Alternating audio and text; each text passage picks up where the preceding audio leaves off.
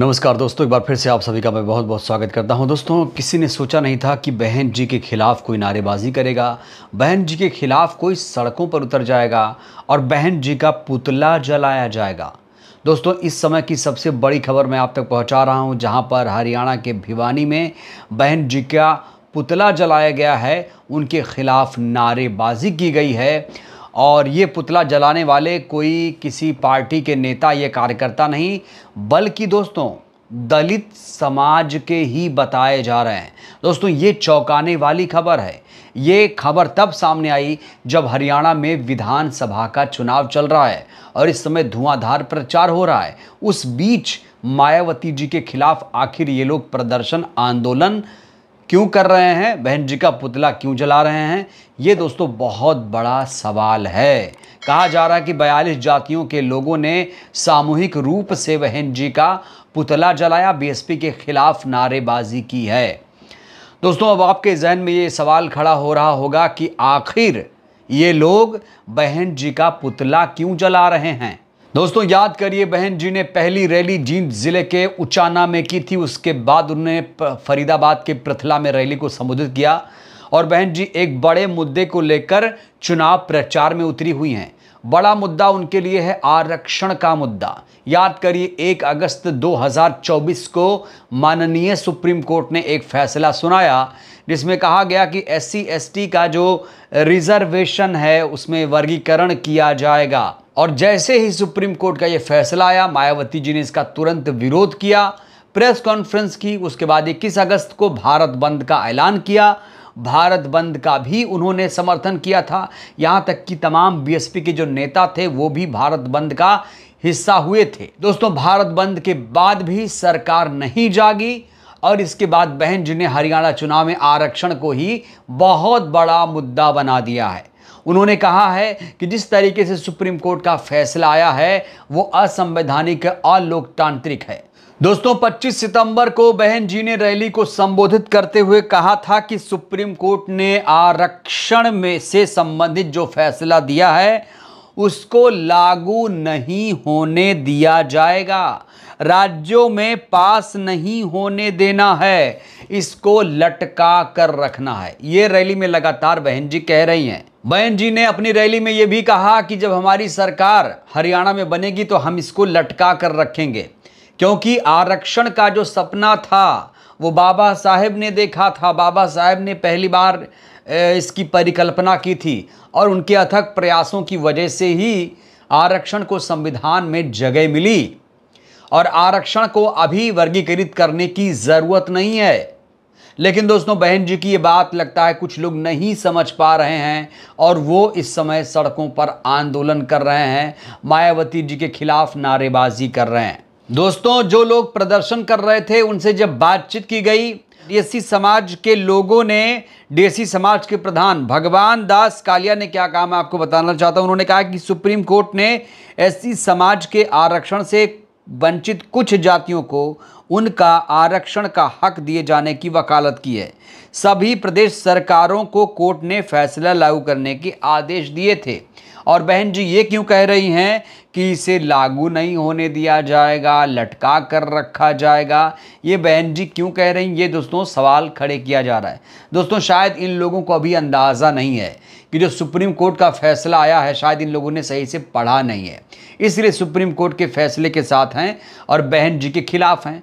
दोस्तों, ना सिर्फ बहन जी बल्कि चंद्रशेखर आज़ाद के खिलाफ भी नारेबाजी हुई है, मायावती जी के खिलाफ तो नारेबाजी हुई ही है, साथ ही साथ चंद्रशेखर आज़ाद के खिलाफ भी ऐसे ही नारेबाजी हुई है। यानी जो लोग भी सुप्रीम कोर्ट के फैसले का विरोध कर रहे हैं, जो कि असंवैधानिक बहन जी बता चुकी हैं, तो कुछ ऐसे लोग आ टपके हैं जो कह रहे हैं कि चंद्रशेखर आज़ाद हो या बहन जी हो या तमाम लोग जो भी 21 अगस्त को भारत बंद कर रहे हैं वो सब बेकार हैं, हम लोग सही हैं।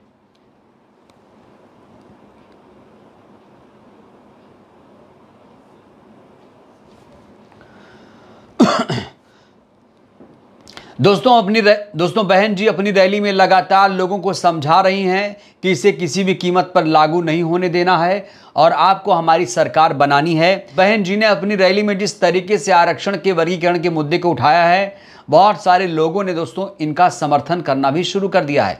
उन्हीं में से हैं प्रोफेसर विवेक कुमार जी।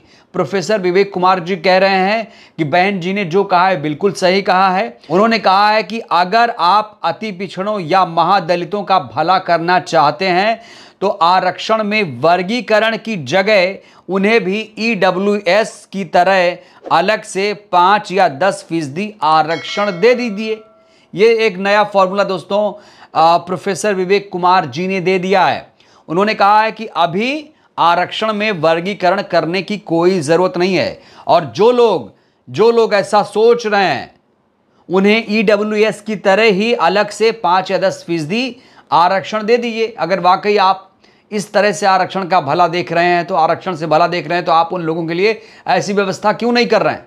तो जो लोग मायावती जी के फैसले का विरोध कर रहे हैं, उन्हें पहले कूल होकर ध्यान से सुप्रीम कोर्ट के फैसले को समझना पड़ेगा और बाबा साहेब के उस अवधारणा को जाननी पड़ेगी, और बाबा साहेब के उन उद्देश्यों के बारे में भी जानना पड़ेगा कि वो आरक्षण से क्या चाहते थे। दोस्तों, आरक्षण की व्यवस्था क्या है समझिए। देखिए, आरक्षण जो है वो 3000 साल तक सताए हुए लोगों के लिए एक व्यवस्था की गई है। सोचिए, एक ऐसा समाज, एक ऐसा तबका जिसे पढ़ाई लिखाई से महरूम किया गया, जिसे पढ़ने का अधिकार नहीं था, अब जब उनको बराबरी पर लाकर खड़ा करना है, जो कि आरक्षण से ही संभव है, बाबा साहेब भी यही मानते हैं, तो कुछ ऐसे लोग हैं जो कुछ लोगों को आगे करके अपनी राजनीति चपकाना चाहते हैं और दलितों को बांटने का काम कर रहे हैं। दोस्तों, ज़रूर इसमें कहीं ना कहीं बहुत बड़ी साजिश की बू आ रही है। ऐसा लग रहा है कि कुछ लोग मिले हुए हैं और दलित समाज को भड़काने का काम कर रहे हैं। लेकिन दलित समाज अब होशियार हो रहा है, वो समझ रहा है इनके इस तरह से नारेबाजी से जाहिर तौर पर जो मायावती जी के समर्थक हैं वो नाराज़ होंगे, परेशान होंगे। चूँकि मायावती जी के खिलाफ ऐसी नारेबाजी कभी नहीं हुई थी, मुझे तो कभी खबर नहीं दिखी कि दलित समाज ही उनका पुतला जलाए, क्योंकि बहन जी ने दलित समाज के लिए बहुत कुछ किया है, ऐसी समाज के लिए बहुत कुछ किया है, और ये तो कर्जदार हैं कहीं ना कहीं। पैरों पर खड़ा किया, उनको मान सम्मान दिलाने का काम किया। पूरे देश में दलितों के स्वाभिमान को वापस लौटाने का काम बहन जी ने किया है, मानव कांशीराम जी ने किया है।